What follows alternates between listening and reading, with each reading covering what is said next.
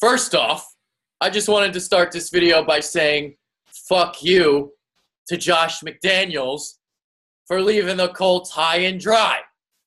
So he's going back to New England. Obviously, he's probably going to be the coach in waiting once Bill Belichick retires, whatever he wants to do. So this situation here in Indy, it looks like Frank Reich might get the nod as its new head coach. But if it weren't for McDaniels, the Colts could have hired somebody a lot sooner. Maybe it would have been Reich, and they could have had an agreement in place. And what would have happened? Well, John DeFilippo would have become the offensive coordinator. Instead, he's off to Minnesota to take the Vikings offensive coordinator job, obviously vacated once Pat Shurmur became the head coach of the New York Giants. Another situation that I could see coming out of this, because DeFilippo is going to Minnie, I can see a very realistic possibility that Nick Foles could be dealt for the 30th overall pick. The reason why I think this could happen, obviously the familiarity between Foles and DeFilippo. DeFilippo's been, right there with Doug Peterson, right there with Frank Reich, working with Nick Foles, getting him ready for the postseason. Coaching staff did an unbelievable job with Big Dick Nick. Obviously, we saw what he did.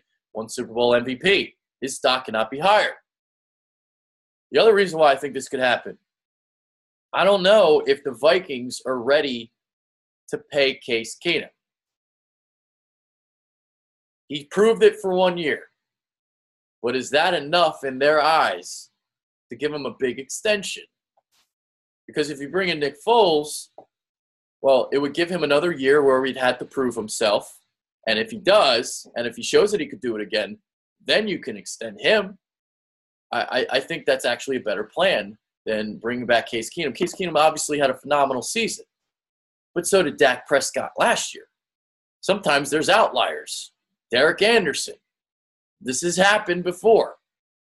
At least with Nick Foles, he did it in 2013, where he threw 27 touchdowns and only 2 interceptions.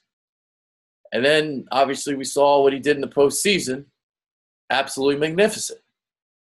So he would get another chance to prove himself before he would get an extension. The other thing, if you bring in Foles, it saves cap space. Now, yes, you could use the 30th pick on a player, obviously.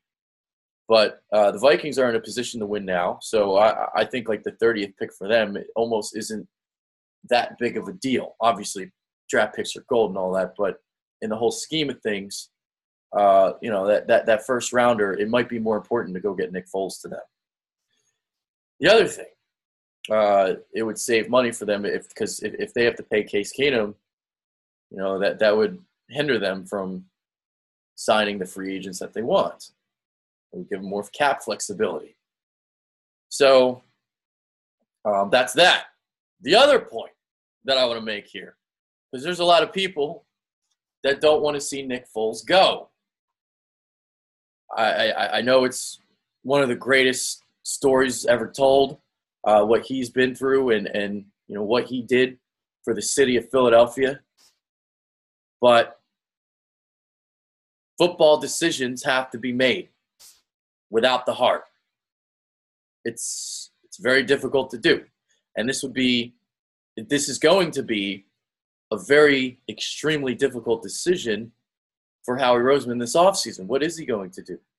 But here's what I will say. I know that Foles played great, but I don't think Doug Peterson and the coaching staff is getting enough credit for the job that they have done molding Nick Foles. I also think the offensive line has really picked up their play.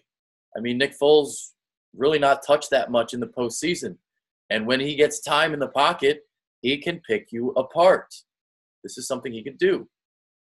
So I am really confident that if Nick Foles is dealt, the Eagles can go out there, pluck a backup, and not saying that he would, do what Foles did per se, but I would feel confident enough that the Eagles would still be able to win games as Carson Wentz fully recovers from his ACL injury.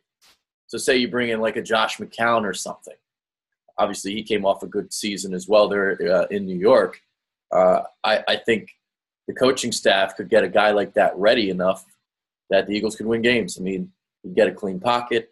You'd have a great running game because the offensive line and the running back situation. Losing Nick Foles, I don't think would be this huge blow if Carson Wentz isn't 100% ready to go. And I do believe in the opinion that the Eagles should wait as long as possible to play Wentz to make sure he's not only just 100% ready, but 110% ready. That's the way I view that situation. So I'm in the trade Nick Foles camp. I think it's the right thing to do. I know people don't want to do it, but I understand why it might potentially get done. And I do see a situation here in Minnesota and a fit where Foles might end up. So that's my opinion on the matter. Let me know what you guys think below. There you go. I'm out of here. Peace.